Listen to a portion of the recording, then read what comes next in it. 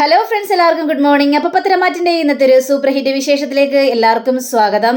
അങ്ങനെ നമ്മുടെ നവ്യ ദേവയാനിയെ ചോദ്യം ചെയ്യുകയാണ്. അപ്പോൾ നവ്യ ചോദിക്കുകയാണ്, വേറെ ആരും ഇവിടെ ഉണ്ടായിരുന്നില്ലേ മാർക്കറ്റിൽ വിടാനായിട്ട്? ഇവിടെ എത്ര പേരുണ്ട്, അവരെ വിട്ടൂടെ?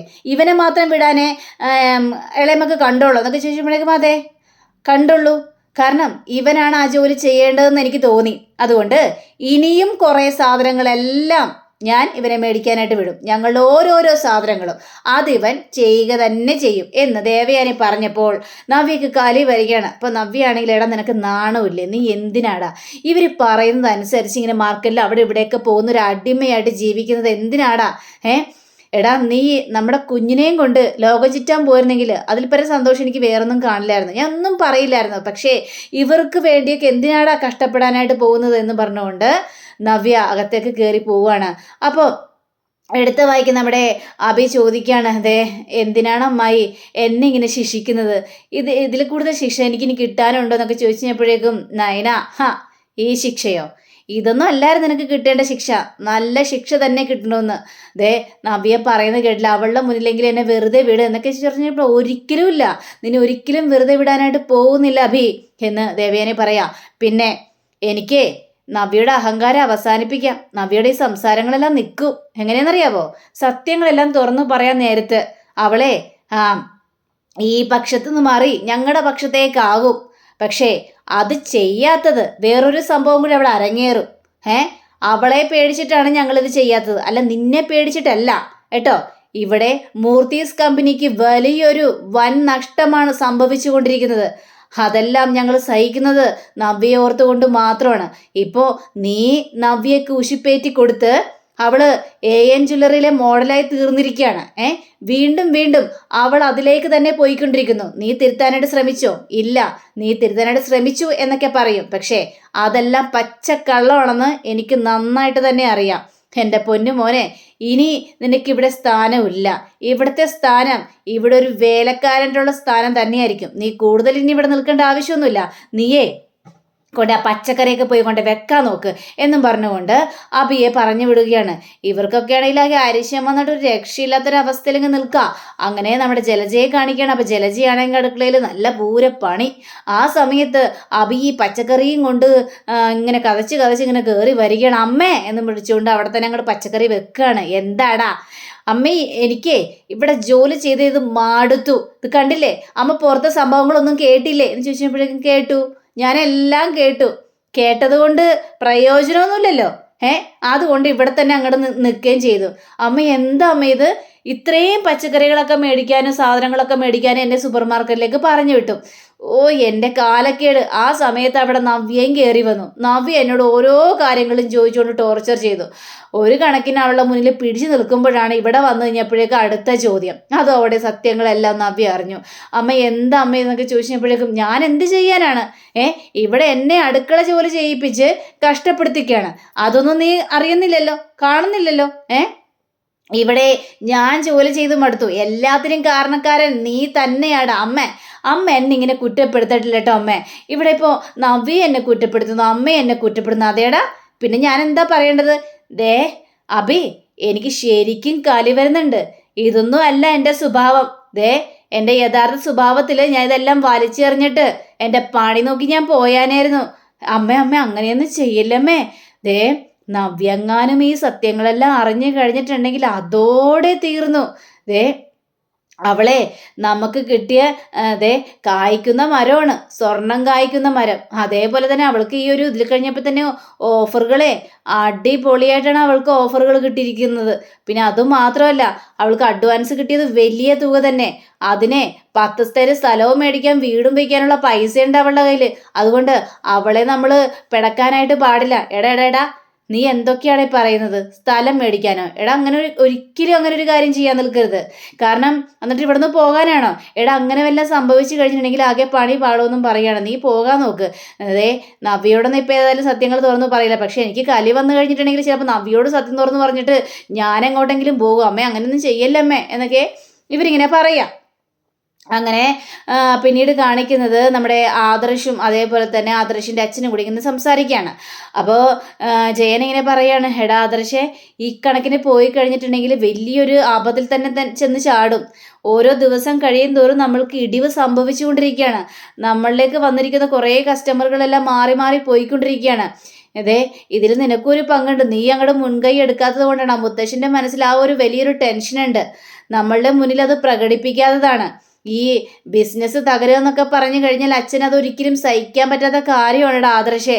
നീ അത് ചിന്തിക്കണം. എനിക്കറിയാം അച്ഛാ, എനിക്ക് മുത്തശ്ശൻ്റെ മനസ്സിലൊക്കെ എന്താണെന്ന് എനിക്കറിയാം. എന്നോട് കളിച്ചിരിച്ച് വർത്താനം പറയുന്നുണ്ടെന്നേ ഉള്ളൂ. പക്ഷേ ആളുടെ മനസ്സിൽ മുഴുവനും ബിസിനസ് മാത്രം. പക്ഷേ ഇതിന് പിന്നിൽ കളിച്ചത് ആരാണെന്ന് ഒരു എത്തുംപിടിയും കിട്ടുന്നില്ലല്ലോ. അപ്പോഴേക്കും ജയനാണെങ്കിൽ അവനായിരിക്കും, അഭി ആയിരിക്കും. അവനല്ലാതെ ഇത്തരത്തിലുള്ള പരിപാടികളൊന്നും ചെയ്യില്ലല്ലോ. കാരണം അതുകൊണ്ടാണല്ലോ ഈ നവ്യയെ വീണ്ടും AN ജ്വല്ലറിയിലേക്ക് മോഡലാക്കി വിടാനായിട്ട് ഇവൻ സപ്പോർട്ട് ചെയ്തുകൊണ്ടിരിക്കുന്നത്. അതുകൊണ്ടാണ് നവ്യയും പോകുന്നത്. ഈ കണക്കിന് പോയ നവ്യയുടെ സത്യങ്ങൾ നമുക്ക് തുറന്നു പറയേണ്ടി വരും. സത്യങ്ങൾ പറഞ്ഞു കഴിഞ്ഞാൽ അവള് ഒരു ജ്വല്ലറിയിലേക്കും പോകില്ല. അതൊക്കെ നിൽക്കട്ടെ അച്ഛാ. പക്ഷേ നവ്യയോട് സത്യം പറയാനൊന്നും ആയിട്ടില്ല. നയനയ്ക്ക് അത് വല്ലാത്ത സങ്കടവും. അതുകൊണ്ട് കാര്യങ്ങളൊന്നും ഇപ്പം പറയാൻ പറ്റില്ല. എടാ, നീ ദുബായ് ജയിലിൽ കിടക്കാതെ പോയതും ഇവിടെ മുത്തശ്ശൻ ഏർപ്പെട്ടത് കൊണ്ട് മാത്രമാണ്. നമ്മുടെ ബിസിനസ് തകരരുത്. നിന്നെ തിരിച്ചു കൊണ്ടുവരണം. നീ അതിൽ മുൻകൈയെടുത്തിറങ്ങണം അച്ഛാ. എനിക്കറിയാം. പക്ഷേ അനിയോടും കൂടി ഒന്ന് ശ്രദ്ധിക്കാനായിട്ട് പറയണം. ഇനി അങ്ങോട്ട് ശ്രദ്ധകളുടെ കേന്ദ്രം തന്നെ ആയിരിക്കണം. അല്ലെങ്കിൽ വീണ്ടും നമ്മൾ പടുക്കുഴിയിലേക്ക് വീഴും. എവിടെ നിന്നാണ് ഈ വേര് മുളച്ചത് എന്നൊക്കെ നമ്മൾ കണ്ടുപിടിച്ചേ മതിയാവുള്ളൂ എന്നൊക്കെ ജയനും ഈ ആദർശം കൂടി ഇങ്ങനെ സംസാരിക്കുകയാണ്. ഇതൊക്കെ കേട്ട് കഴിഞ്ഞപ്പോഴേക്ക് ആദർശനാണെങ്കിൽ ആകെ തല പുകയുന്നു. കാരണം മുത്തശ്ശനെ വെറുപ്പിക്കാനും പറ്റില്ല. മുത്തശ്ശൻ്റെ ആ ഒരു ടെൻഷനൊക്കെ നമ്മൾ മാറ്റിയെടുക്കേണ്ട കാര്യമുണ്ടല്ലോ എന്നൊക്കെ ഇങ്ങനെ ആദർശ് ഇങ്ങനെ ചിന്തിക്കുകയാണ്. പിന്നീട് കാണിക്കുന്നത് ഈ ജലജയുടെ മോളെയും ഭർത്താവിനെയാണ്. അപ്പോൾ ഇയാളാണെങ്കിൽ ഭയങ്കര സന്തോഷത്തിൽ നിൽക്കുകയാണ്. തകരട്ടെ, മൂർത്തി ഓരോ ദിവസം കഴിയും തോറും തകരട്ടെന്നേ. നവ്യയ്ക്ക് ഞാൻ വലിയൊരു അഡ്വാൻസ് ആണ് കൊടുത്തിരിക്കുന്നത്. വീണ്ടും 2 വർഷത്തെ എഗ്രിമെൻറ്റും വെപ്പിച്ചു. അവൾക്ക് ഇനി ഊരിപ്പോകാനായിട്ട് പറ്റില്ല. ഏതായാലും ഇങ്ങനൊരു കാര്യം ചെയ്തത് വളരെയേറെ നല്ലതാണെന്നും ഈ ജലജയുടെ മകളിങ്ങനെ പറയാണ്. ഞാനേ അവരെ സപ്പോർട്ട് ചെയ്ത് തന്നെയാണ് സംസാരിക്കുന്നത്. അമ്മയ്ക്കാണെങ്കിൽ കളി സഹിക്കാനും പറ്റാത്തൊരവസ്ഥ. പക്ഷേ ഞാൻ വിട്ടുകൊടുക്കില്ല. അവരുടെ മുന്നിൽ നല്ല പുള്ള ചമയണ്ടേ അച്ഛ. ഇത് കേട്ടുകഴിഞ്ഞപ്പോഴേക്കും ഉറപ്പായിട്ടും നല്ല പുള്ള ചമഞ്ഞിരിക്കണം. എന്നിട്ട് വേണം അവരെ തകർക്കാനായിട്ട്. എന്നെ നിസാര പ്രശ്നത്തിന് വേണ്ടിയാണ് ആ വീട്ടിൽ നിന്ന് അടിച്ചു പുറത്താക്കിയത് അവർ. അപ്പോൾ ഞാൻ ജലജയെ വിളിച്ചായിരുന്നു കൂടെ ഇറങ്ങി വരാനായിട്ട്. പക്ഷേ അവൾക്ക് എൻ്റെ കഷ്ടതയിലേക്ക് ഇറങ്ങി വരാനായിട്ട് കഴിയില്ല. എപ്പോഴും ജലജയ്ക്ക് അവളുടെ സ്വന്തം കാര്യം നോക്കാനുണ്ടായിരുന്നുള്ളൂ. അവളുടെ സുഖവും സന്തോഷം അതുമാത്രമാണ് അവൾ തിരക്കിയിരുന്നത്. പിന്നെ AN ജ്വല്ലറിയിൽ പിന്നിൽ ഞാനാണെന്ന് അവരൊരിക്കലും അറിയരുത്. അറിയാനുള്ള സമയം ആയിട്ടില്ല. വരും, അവരോട് പറയാനുള്ള സമയം വരും. എന്നെ തകർത്ത് തരിപ്പണമാക്കിയ അവരുടെ മുന്നിലേക്ക് വൻ വിജയത്തോടു കൂടി തന്നെ വേണം എനിക്ക് കയറി ചെല്ലാനായിട്ട്. അതിനാണല്ലോ ഞാൻ നവ്യയെ വെച്ച് തന്നെ കളിച്ചുകൊണ്ടിരിക്കുന്നത്. അതിനു വേണ്ടി മാത്രം. അപ്പോൾ ഈ ജലജയുടെ മകൾ ഇങ്ങനെ സംസാരിക്കണം. അതല്ല അച്ഛാ, ഈ മൂർത്തി മുത്തശ്ശനെ വലിയ പിടിപാടൊക്കെ ഉണ്ടല്ലേ. അതെനിക്കിപ്പോഴാണ് മനസ്സിലായത്. അയാൾക്ക് നല്ല പിടിപാടുണ്ട്. അയാളെക്കുറിച്ച് ശരിക്കും മോൾക്ക് അറിയാൻ പാടില്ലാത്തത് കൊണ്ടാ. അയാള് മനസ്സ് വെച്ച പല കാര്യങ്ങളും മനസ്സിലാക്കും. പിന്നെ ഈ AN ജ്വല്ലറിയുടെ പിന്നാലെ തന്നെയാണല്ലോ മൂർത്തി മുത്തശ്ശൻ. അയാൾക്ക് പല സത്യങ്ങളും അറിയാന്നേ. പക്ഷേ മറ്റുള്ളവരുടെ മുന്നിൽ അയാൾ മിണ്ടാതിരിക്കുകയാണ്. പഠിച്ച കളനാണ്, ഭയങ്കര ബിസിനസ് മൈൻഡാണ്. അയാളെ തോൽപ്പിക്കാനൊന്നും അത്ര പെട്ടെന്ന് നമുക്ക് പറ്റില്ല എന്നൊക്കെ ഇങ്ങനെ പറയാം. അതുകൊണ്ടാണല്ലോ ആദർശ് ദുബായ് ജയിലിൽ കിടക്കാതെ അവൻ നേരെ നാട്ടിലേക്ക് തന്നെ വന്നത് എന്നൊക്കെ പറയാം. അത് ശരിയാണ് കേട്ടോ. അത് അപാരത തന്നെയാണ്. പക്ഷേ മുത്തശ്ശനെ ഞാനങ്ങോട്ട് കയ്യിലെടുത്തിരിക്കുകയാണ്. കയ്യിലെടുക്കണം മോളെ, കയ്യിലെടുക്കണം. അവർ സ്വപ്നം കാണട്ടെ, ഒരുപാട് സ്വപ്നം കാണട്ടെ. പക്ഷേ ആ സ്വപ്നങ്ങളെല്ലാം വെറുതെയാണെന്ന് ഒരു ദിവസം അവർക്ക് മനസ്സിലാവും. അതിനുശേഷം ആ വീട്ടിലേക്ക് ഞാൻ കയറി വരുന്നുണ്ട് എന്നും പറയുകയാണ് ഇയാള്. അങ്ങനെ പിന്നീട് കാണിക്കുന്നത് നമ്മുടെ അനിയാണ്. അപ്പം അനിയാണെങ്കിൽ ആകെ ടെൻഷൻ അടിച്ച് വല്ലാത്തൊരവസ്ഥ നിൽക്കുകയാണ്. ദൈവം എന്ത് ചെയ്യും? ഒരു ദിവസം കഴിയുന്നത് ഒരു കമ്പനി തകർച്ചയിലേക്കാണല്ലോ വന്നുകൊണ്ടിരിക്കുന്നത്. അപ്പോഴാണ് അതേ അനിയുടെ ഫോണിലേക്ക് ഒരു കോള് വരുന്നത്. നമ്മുടെ നവീൻ്റെ കോളായിരുന്നു. അപ്പോൾ ദൈവമേ, ഇവനാണല്ലോ എടുക്കുന്നത്. ഈ ടെൻഷൻ്റെ സമയത്ത് അവൻ വിളിക്കുന്നത്. വിളിക്കാതിരുന്ന് കഴിഞ്ഞിട്ടുണ്ടെങ്കിൽ ചിലപ്പോൾ അവൻ ഇങ്ങോട്ട് കയറി വരും. അത് വേണ്ട, ഏതായാലും എടുക്കാം എന്നും പറഞ്ഞുകൊണ്ട് നമ്മുടെ അനി ആ കോൾ എടുക്കുകയാണ്. എന്താടാ? എടാ, നീ നല്ല ആളാണ് കേട്ടോ. നീ എന്ത് പണിയാടാ കാണിച്ചത്? നിന്നെക്കുറിച്ച് ഞാൻ ഇങ്ങനെയൊന്നും വിചാരിച്ചില്ല. എടുത്ത് വായിക്കും നവീൻ അങ്ങനെയൊക്കെയാണ് സംസാരിക്കുന്നത്. ഇതായിട്ട് അനിയാണെങ്കിൽ എന്ത് പറ്റിയടാ? നീ എന്തിങ്ങനെയൊക്കെ പറഞ്ഞേടാ? നിന്നെ ഞാനൊരു കാര്യം ഏൽപ്പിച്ചായിരുന്നോ? എന്നിട്ട് നീ അത് ചെയ്തോ? എടാ, ഇത് കേട്ടുകഴിഞ്ഞപ്പോഴേക്കും എനിക്ക് തലക്ക് ഭ്രാന്ത് പിടിക്കാം. എടാ, അത് ഞാൻ പറഞ്ഞല്ലോ. എടാ, ഇവിടെ ചില പ്രശ്നങ്ങളൊക്കെ ഉണ്ടറാ. ആ പ്രശ്നത്തിന് പിന്നാലെയാണ് ഞാൻ. ഇത് കേട്ടപ്പോൾ അവനൊന്ന് വായടക്കി. നിനക്കറിയോ ഇവിടുത്തെ പ്രശ്നങ്ങൾ എന്താണെന്ന്? മൂർത്തീസ് കമ്പനി തകർന്നുകൊണ്ടിരിക്കുകയാണെന്ന് പറഞ്ഞപ്പോഴേക്കോ മനസ്സിലായി. അവിടുത്തെ ഒരു ഷെയർ എനിക്കും ഉണ്ടല്ലോ, ഒരു 5000 രൂപയുടെ ഷെയർ. അതിൻ്റെ ഷെയർ എനിക്കുണ്ടല്ലോ. അതുകൊണ്ട് എനിക്ക് മനസ്സിലാക്കാനായിട്ട് കഴിയും. മൂർത്തീസ് കമ്പനി തകർച്ചയിലേക്ക് പോയിക്കൊണ്ടിരിക്കുകയെന്ന്. ഇപ്പം ഞാൻ 5000ൻ്റെ ഷെയർ എടുത്തിട്ടും അതും ഇങ്ങനെ തകർച്ചയിലേക്ക് പോയിക്കൊണ്ടിരിക്കുകയാണ്. ഈ കണക്കിന് പോയാൽ എന്ത് ചെയ്യും? അത് തന്നെയാണ് പറയുന്നത്. ഇതിൻ്റെ വേര് എവിടെ നിന്നാണ് മുളച്ചത് അതെന്നൊക്കെ എനിക്ക് മനസ്സിലാക്കണം. ഞങ്ങളിവിടെ തല പുകഞ്ഞൊരവസ്ഥയിലാണ് നിൽക്കുന്നത്. അതിൻ്റെ ഇടയ്ക്ക് നീ ഇതൊക്കെ കൊണ്ട് വന്നിട്ടുണ്ടെങ്കിൽ എനിക്ക് എങ്ങനെ പറയാനായിട്ട് പറ്റും? എടാ, എന്നാലും ഞാൻ പറഞ്ഞ കാര്യമൊന്നും നീ പറയണ്ടേ? ശരി, ഞാൻ അങ്ങോട്ട് പോയൊന്നുമില്ല. നന്ദുവിനെ കാണാൻ പോലും പോയില്ല. അവൾ എണീറ്റ് നടക്കാനൊന്നും ആയില്ലല്ലോ. അതൊക്കെ കഴിഞ്ഞിട്ട് പറയാന്നൊക്കെയാണ് ഞാൻ വിചാരിച്ചത്. എടാ, എത്രയും പെട്ടെന്നൊന്നും നീ പറയണം. അല്ലെങ്കിൽ എനിക്ക് ആകെ ടെൻഷനാണ്. നിനക്കറിയാലോ എൻ്റെ കാര്യങ്ങളൊക്കെ എന്താണെന്ന്. ഞാൻ പറയാന്നേ, നീ ടെൻഷനാവാതിരിക്കുക. സമയം ഒത്തു വരും. ഇപ്പോൾ അത് പറയാൻ പറ്റിയൊരു മാനസികാവസ്ഥയിലല്ല ഞാൻ.